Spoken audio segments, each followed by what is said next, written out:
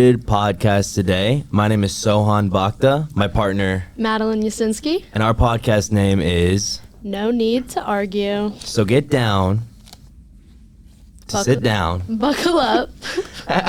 and grow up. You're ready to grow up today. So actually, before we even start, I kind of wanted to just highlight the purpose of this whole podcast, and we kind of wanted to give students and faculty unfiltered opinions on current issues around campus. So we're here to interviewing our guest speaker. Ted Mcloof. Yeah, Ted Mcloof. Hey, Ted. That's my turn. Yeah. And he's going to give you his real concerns and his opinions of like what's happening around campus. So Ted, like to give us like a little intro, I heard you have an upcoming event with the American University event. Just tell the audience more about it. Yeah, we all do. I don't want to by any means make it sound like it's just me. Yeah, we're bringing some interns from the Discourse series to go to American University in Washington, D.C. To do a panel discussion, and we're going to talk with some of their students about the issue of academic freedom, which I know probably sounds like a kind of weird term that maybe people haven't heard before or don't quite understand, but I think you actually probably have encountered it, even if you don't know what it is. But we're going to talk about that, I think, on today's podcast. Mm-hmm. Is that right? Yep, Yeah, we are. Cool. Yeah, so what exactly are you guys going to be talking about at the panel at American University?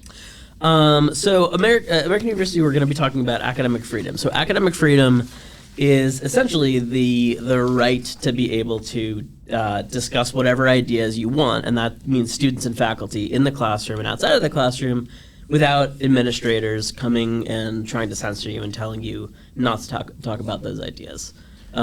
Yeah, that's really vaguely broadly what it means. Yeah, so we saw that Jeremy Young is organizing the event. How does he play into this? So Jeremy Young is with the organization PEN America, and his expertise is in the idea of academic freedom. So he's going to be an expert who's kind of leading the discussion. What we try to do when we have these panel discussions, we want to make sure that we hear the students loudest, but we always have an expert coming in and moderating who knows what he's talking about and can listen to the students and really kind of get the conversation going. Yeah, and for the audience sake, actually, my partner wrote down like a quick facts about Jeremy Young. Yeah, So great. why don't you just go ahead? Yeah, so I've got a couple fun facts. He holds a PhD in U.S. history from Indiana University. He's 23 publishings, yeah. And he touches on educational gag orders, censoring topics on gender, sexuality, race, and he also touches on book bans, which are floating around the state legislature right now. Well, Maddie, we met up on Sunday and you were telling me about a paper that you're reading. Can you just tell us more about what you're reading? Yeah, so basically the paper that I was reading was published by Jeremy C. Young, and he was basically going into depth about how this is actually becoming quite more popular in schools around the world. I know, especially in Florida, they have the no say gay rule, don't say gay.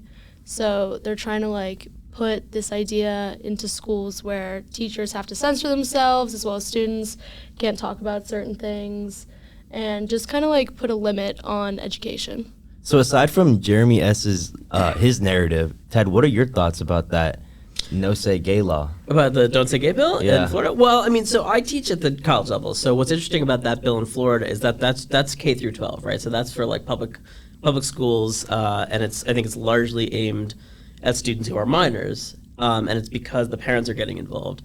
I mean, I very deliberately decided to teach at the college level because the one year that I ever taught 7th grade, I loved the students and I hated the parents, and it's largely because parents, I think, try to get involved a little bit too much in exactly what it is that they want their students, their kids, to and not to hear. Because I think that as parents, we feel really protective, of course, Yeah. of our kids, and tend to see them as, I think, more vulnerable and kind of like innocent than they actually are. I think kids are actually quite resilient and can withstand like listening to controversial opinions, and they can decide for themselves how it is that they understand those things and filter them.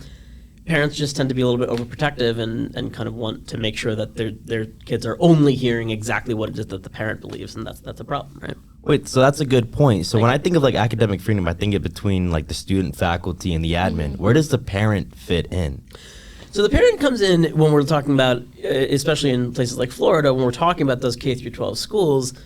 each district gets to decide on its own curriculum, right? So you have the districts are made up of the Board of Education and the PTA, and boards of education and PTA are usually just members of the town, right? And so often parents will be on those, and they have to also listen to parents who are coming to these big school board meetings. I'm sure you've seen a lot of these big, huge meetings on YouTube where people are showing up in giant groups and like shouting down the school district.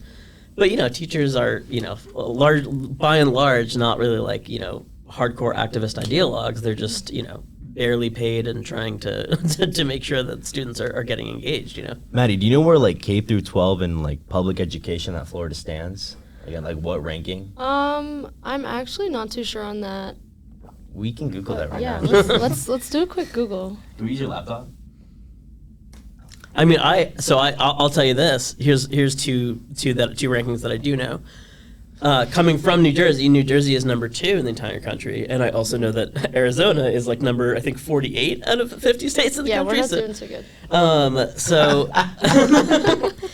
So if that tells you anything,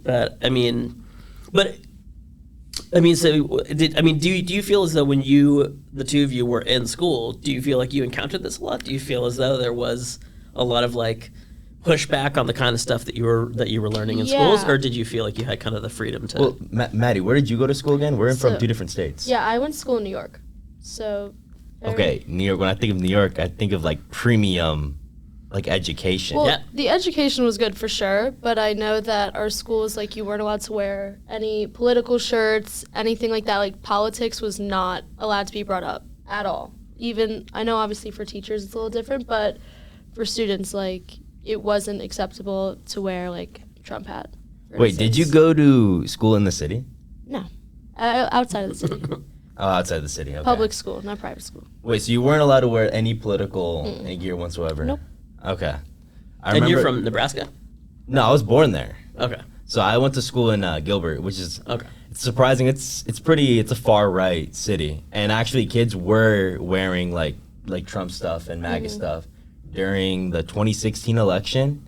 And what was funny about that too was like a student and a teacher got in such a like big altercation that the news, media, and all that, they came and they started protesting outside of our school. No, it was altercation. big. So altercation meaning like they were just having an argument, or like a physical, like what? No, it was a verbal. It wasn't anything extreme, but it got to the point where the dean went up to the principal, and the principal tried to expel the student. And once he expelled the student, it got so much media attention because the parents explained. So when the news media came, they actually. It went all the way up to, you have to find the court case, but they actually got my principal fired that year. Wow. It was crazy. Wow. Yeah. Yeah, I know, at least for my school, when Roe v. Wade got overturned, everyone was wanting to do like a protest outside of our school, and our principal and superintendent had to come out and say, like, this isn't affiliated with like my high school at all. Wait, how many people went? Like, how big was your class? My graduating class was like 120 students. It was really small. 120 students. Yeah. Oh, I could beat that. I think I had like 35 people graduated from my high school. Oh, I had like 4,000. Wow. No, Yeah, school. Big school. 4,000 in the class or in the school?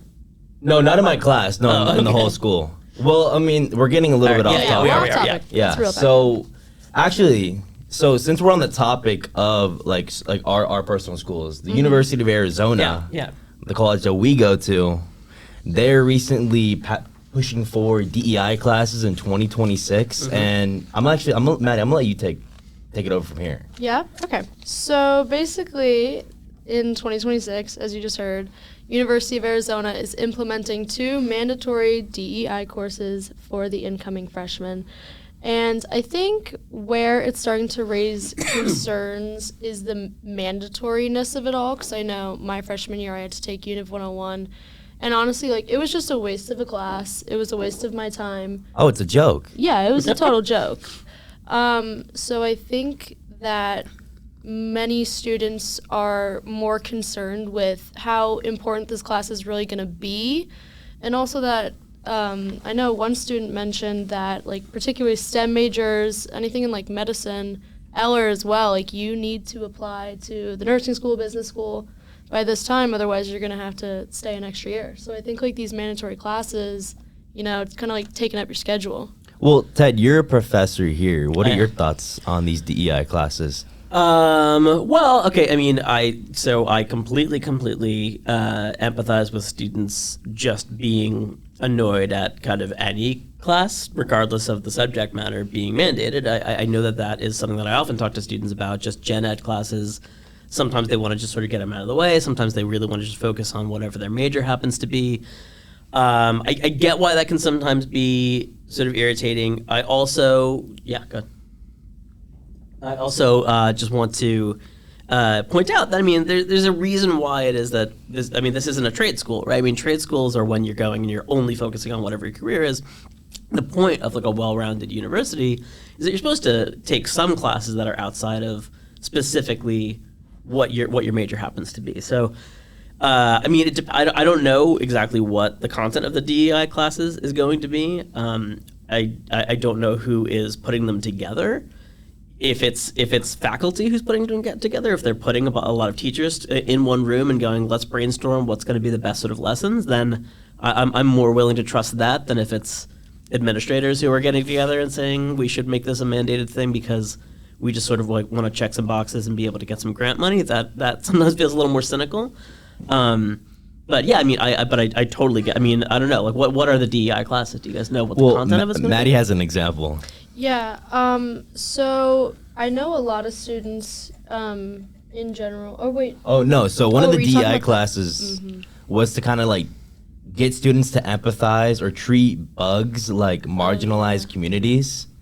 Okay. Yeah. Yeah, I think they were saying what we read. They had them put on like wings or something, and I guess like walk around campus. And then they said that the way you felt stared at is how marginalized communities feel. And this is where did you get this? Oh, we pulled this from. Let me find the source. Actually, I put it down somewhere. Yeah, it's somewhere on our. It's somewhere in our mess. I mean, so can I while you look for that, I'll say this. Here's the thing that I think that we often see with the complaints that we hear about universities. What's really weird about universities, and I think that both of you know this, Sohan, you're about to graduate, so you probably well know this. Maddie, you're in your second year right now, so you're getting to know this. What's weird about universities is the whole entire point of colleges is that they're actually supposed to be really, really different places than the rest of the world. Like, the whole entire point is that we're supposed to be doing kind of weird shit. Like, we're supposed to be kind of like testing the boundaries of different kind of ideas. And so we're often throwing out extreme versions of this stuff. And so I think what happens is whatever you're talking about, like putting on wings and saying, oh, this is how, that's how you can learn about diversity, that sounds weird. But what we'll often see is like anecdotes like that leak out of the walls of the university to people who aren't on campus. And it just sounds strange. And all of a sudden, universities start to get these reputations for being these like total bullshit factories. But I don't think that that's the case. I think that you have to put whatever that activity is in context of whatever else that they were learning. But what is the source that you see? Does that make sense? Yeah. We can't find the source right now. But with that, like, where do you see kids like utilizing this long term? Because I know it sounds weird for people outside of the university. Utilizing what, like DEI or just utilizing DEI outside of the university. Well, I mean, again, like, so here's the problem with the term DEI, right? I mean, it's kind of like just a placeholder. It's just replaced affirmative action, which is what we used to call it, right, 20 years ago. It's become like a buzz term that's like a catch-all for a whole lot of different like grievances that people have who are largely conservative outside of university, just to sort of point out and say, we don't like that. And it also is a sort of buzzword for administrators to sometimes use to say, hey, we want to, get more grant money to be able to fund some classes. I mean, what is the point of just like learning about diversity? There's a whole lot of point. I mean, once you go out into the world and you get a job, you're probably going to be, I would assume, at a job where there are people who have different ideas and different walks of life that you haven't encountered before. So it's probably good to be able to be exposed to different lifestyles than your own before you do that. If for no other reason than if you're going into business, you're going to do better business if you're able to sort of like be exposed to those lifestyles. No, you're absolutely right. But who do you think like the term DEI is coined, like tokenizes? Like what group of people? Everyone, right? I mean, diversity, equity, inclusion. Just, I mean, it's the I, right? It's inclusion. It's just everybody, right? Like it's supposed to sort of look at all kinds of different walks of life. I think, I mean, I know that me and Sohan, we went out and we interviewed, I think, 10 students on Mall, and we asked them about these classes. And I think, like, a big concern that kids had was, is it actually going to dive deep into the diversity, or is it just going to be surface level, like a mandatory bullshit class that you can just like skim through? That's an awesome question. Like that, I think, is a totally great question, and that's why I love students, because they're asking the right questions. Because that's not going DEI as a concept, no matter what version of it, is just a waste of time. That's students going, well, yeah, like I teach English. There's good English classes. There's English classes that are total wastes of time. I totally get that. There are, good history classes and history classes that suck. So I completely understand the concern that it might just be another one of those bullshit blow-off classes, and that what students probably really want is like, yeah, I'll take a DEI class if it really is gonna, dive deep into actual substantive stuff. I mean, can I ask both of you, like, what would a substantive DEI class look like to you? Like, what do you feel would be like? I would just say if it was optional, because the whole point is it's 2 mandatory classes, right? 2 mandatory DEI classes. And like, when I think of mandatory, I think of me as a student, I have to fit 2 more classes in my busy schedule. Sure. Right? But let's is it a money grab from the university? It is. I mean, everything is. Come on. Like, let's I mean, no. I mean, really, like, the corporatization of the university, I think, is the much bigger issue that has happened over the past 20 years, because we keep on inflating tuition, and then it costs more to come here, and then they need more money to be able to bring that stuff in. But I guess what I'm saying is, if it's optional,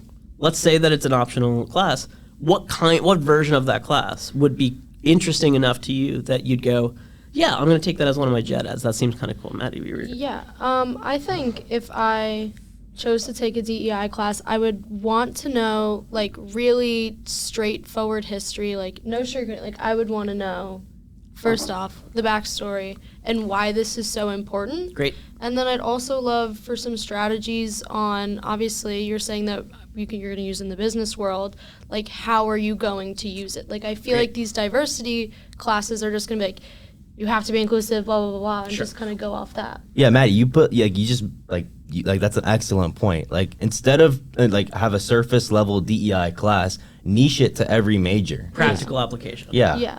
Tell me why this is important and why I should be caring about this. Don't just put me in a classroom and be like, this is why you should listen to me. So I could not agree with that more. I don't think any reasonable person would not agree with that. I think that is an entirely fair thing to say. Well, actually, we had a photo to show you, or a tweet. Okay. Because we know you love Elon Musk. Oh, what a stand-up guy. Okay. What am I supposed to do? Look at this and just respond to him? Read it out loud. Yeah. Discrimination on the basis of race, which DEI does, is literally the definition of racism. Wow, hot take, Elon. You really, I've never heard that one before. So you just want me to respond to it? Yeah, like, what are your thoughts on that? So, I mean, this directly connects into what I was saying before about affirmative action. This is not a new take. Just like anything that Elon Musk does, it's just recycling old bullshit talking points. Affirmative action, when we instituted that, people kept on saying the same thing. Well, you're just being racist because you're choosing students based on the color of their skin.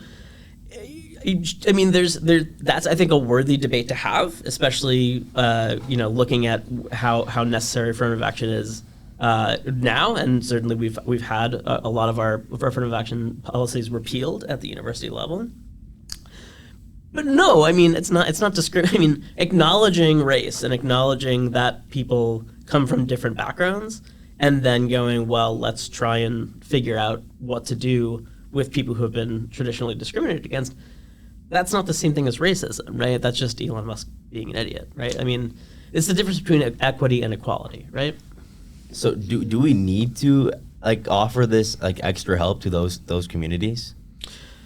Well, I mean, again, when we're talking about DEI, Yeah. extra help. Extra help in what way? Like, it depends on what kind of extra help that we're talking about. That's exactly what I mean. Is that like if you give me a specific policy, then I can certainly answer that. Maybe like financial aid.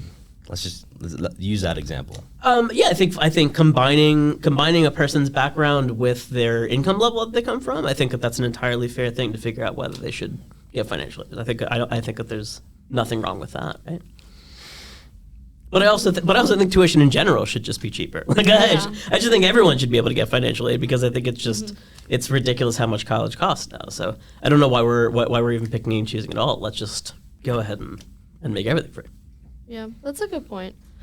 I wanted to ask, I guess, if, say, like, in your ideal world, Ted, like, what would these classes be going, like, deep into? Would, like, tell me something like a curriculum that you would want to put in these classes. In DEI classes? Well, okay, so I'll preface it by saying this. I mean, that this isn't my area of expertise, so I don't want to I would get really pissed off if like somebody who didn't have a background in English started going, "Here's how I teach an English class." But I mean, I'll say that I remember reading A People's History of the United States by Howard Zinn when I was a senior in high school, and I don't know if either of you have ever heard of that book, but. It's a really fascinating book because it was the first that I'd ever encountered. I read it on my own. I wasn't assigned it in school. But the whole entire point of the book is that usually history is written by the winners. We often read history based on like who won what battle, and therefore, then this land was taken over, and now it's called this, and blah blah blah. And A People's History of the United States is literally the history of the United States, but it's only written from the perspective of people who ended up losing, right? So. The opening of the book is written from the perspective of Native Americans, right? World War II is written from the perspective of Chinese citizens who were interned, by FDR. The 9/11 is written from the perspective of Arab Americans who were hugely discriminated against. And again, like it's not like the point of that wasn't to go, and that's why America's bad. It was just trying to say, like, hey, there are different ways of looking at all of these different events. Because there isn't just one story that we need to always follow. So I guess that's a long way of saying I would just love to have a DEI class where we just had an open discussion like that. And it was just more about, let's have a conversation about, what you've been through and what you've been through. Have either of you ever felt sort of like you were not part of the crowd or based on who it is that you were? And what was that like? Like just having those kind of discussions, I think is totally harmless and probably pretty productive. No, like that's actually a good point. You're having discussions with the actual people there and not having the script written for you. Yeah, I mean, let's do that now. I mean, have either of you ever, not to put you on the hot seat, but like, have you ever felt like, hey, I'm sort of like not, like people don't even realize that they're kind of excluding me a little bit from kind of this group based on sort of like of who I am? Well, not specifically here, but I mean, I've been mass applying to jobs, and this goes back to like the affirmative action, the DEI. Okay. There is a disadvantage to being like an Asian male, especially like with me being computer science. Okay. I'm applying to software engineering jobs, and even though like the field is oversaturated with like my demographic, I feel like it doesn't mean like I should have like a disadvantage during the hiring process. You know. Like what it makes me do is I actually have to spend those longer nights, apply more, get more creative with how I'm like reaching out to recruiters, like even in the interviewing process, like just doing little things like this, getting involved in a different route around campus. Like I'm not your traditional software engineering. I'm doing a podcast with you guys right now. Right. Mm-hmm. Yeah, and that's just a simple a simple example. Sure. Yeah. How about you, Mike? I mean, nothing really extreme to say. Just sometimes, if I like walked into like a room with a bunch of men, sometimes if I like have an opinion, sometimes I feel like they don't take me as seriously as I would like, but it doesn't happen enough to me to really be like, but I do feel it sometimes. Yeah, for sure. Exactly, and that's my point, right? Is the point of that conversation, of me asking that question, wasn't to be like, and that's why both of you should be defined by that, and that's the most important part of you, and like you should really start taking those experiences more. Like that's not it. It's just going, oh, okay, cool. Like I now know that, right, in a way that I wouldn't have because I'm not a woman, and I go, okay, I gotta make sure that I'm a little more aware whenever I'm around a bunch of guys and there's one woman there that like I'm not constantly dominating the conversation, right? And I think that is the result of that conversation, right? I mean, I will say in some instances when I was really young, my dad wanted me to take like mixed martial arts classes, and it was just like a room full of guys, and obviously it's just like me and my sister, so it's obviously like super intimidating. But honestly, I think it helped me work a lot harder and do a lot better when I was kind of like put out. Like I was like, no, like it kind of made me more determined to do better and be like, you know what, like I'm gonna show you this. Like let me show you what I can do. Cool. So just bringing it back to academic freedom, I think I think more of the power should go more to the students and the faculty, so we can have like we can plan these DEI classes like this. You know, we have more power, more jurisdiction to kind of shape these DEI classes. If that makes sense. Trying to connect the two, in the conversation right now. That makes sense. Yeah, and I think, and again, if we just to give like a more a more informed definition of what academic freedom is, it's just we should be able to have this conversation without Elon Musk like buying our university and going, nope, you can't have that conversation anymore because I don't like that topic. Like it's just we're able to discuss it. That's all. Well, I guess I think that it's a good idea to have conversations like this, but I think a big problem is that they're mandatory conversations. Yeah, that's true. That's something that I think that a lot of people are getting really fired up on, just because some people, sucks to say, but some people just don't want to put their energy into that. They've got bigger things at hand, so I guess that's a pretty big problem. When we interviewed all the students, I think they all said that the mandatoriness was a big problem for them. No, I think you did an excellent job summing it all up. And Ted, thank you for like having us or joining us on this podcast. You bet. Yeah. It was so lovely to have you, Ted. Yeah, it was great to be here. I hope that it got really clear on exactly what it is that we're doing. Again, American University, that event is going to be on September 27th. We're going to hopefully live stream it and live tweet it. So try and tune in and go to our YouTube page. And hopefully the audience is still awake. Thank you guys for joining us today. Again, I'm Sohan. I'm Madeleine. And this is... No Need to Argue. No Need to Argue.